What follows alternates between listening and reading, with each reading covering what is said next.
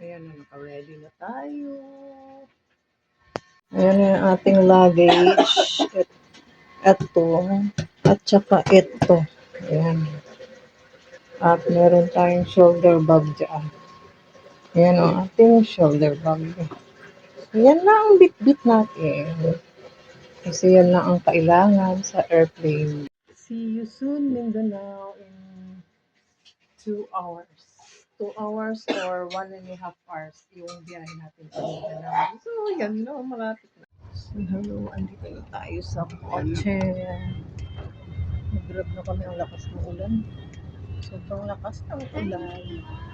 Oh, shout out kay Mia. Hi! Kunyari lang nandito ako, pero sumama lang ako sa kanya para sa experience. Okay? Sama lang siya sa airport. So, ayan. Biyahe na tayo.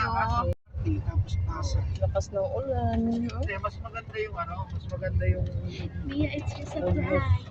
Munyos, tapos LRT kayo. Sabakay lang. See you, Mindanao. Dito, pinakamalapit dito. It's a prank. Sa prank daw, kasi siya kasama. Ano na lang sa school break baka? Carousel ka. Baka sakali, ganon.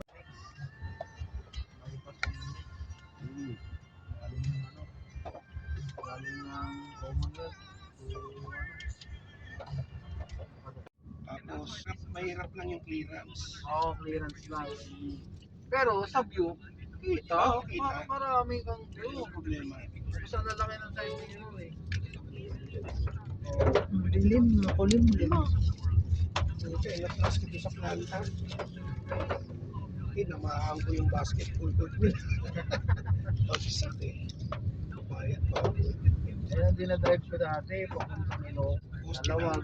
O sila yung Poste na Meralco. Hindi ko pinakapo. Ano lang, hatid lang talaga siya eh. Parang ganun kasi hindi na ako pinapapasok.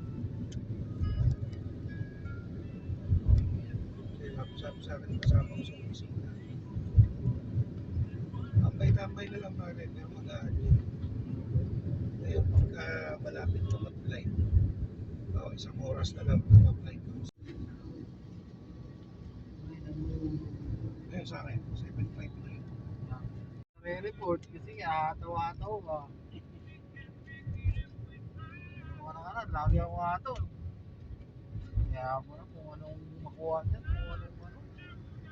Basta kung pagod na, di uwi na. Sinumpay sarili mo sa importante bumiyag araw-araw. Para may pera, hindi dito ba? Sa bahay na. Pera ko dun. Kahapon, nandun lang ako mag-ulit ko. Hindi man ako kumain. Ano lang yan ha? Forklift operator lang siya. Mga pasabay. Pasabay.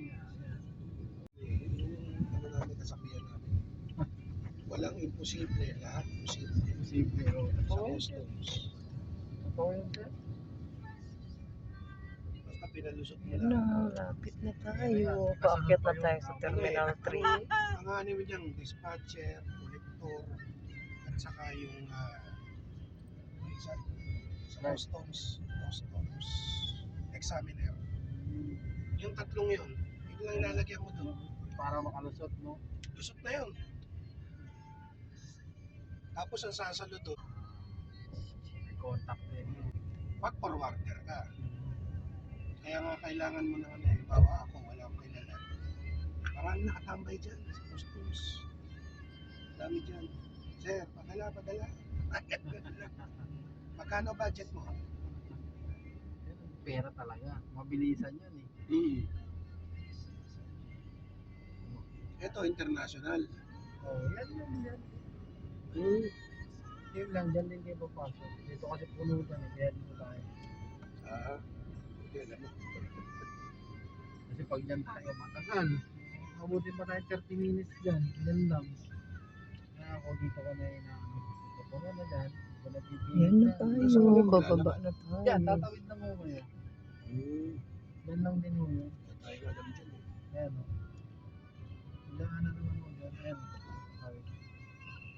Ito. Abo.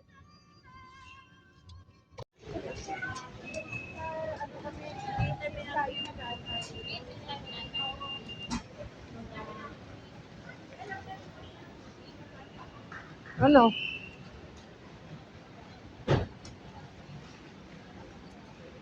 Yan, lakad tayo puntang... Saan tayo bang dadad? Ah, sa 6 pa. Ba tayo sa number 6.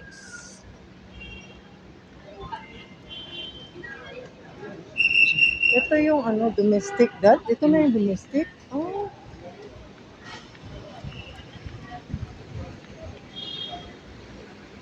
daming pasahero.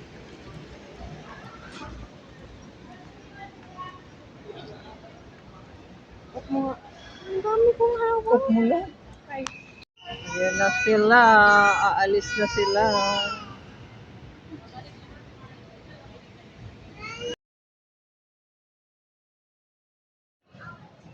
Ayan, naasikaso ko. Bag-drop muna tayo.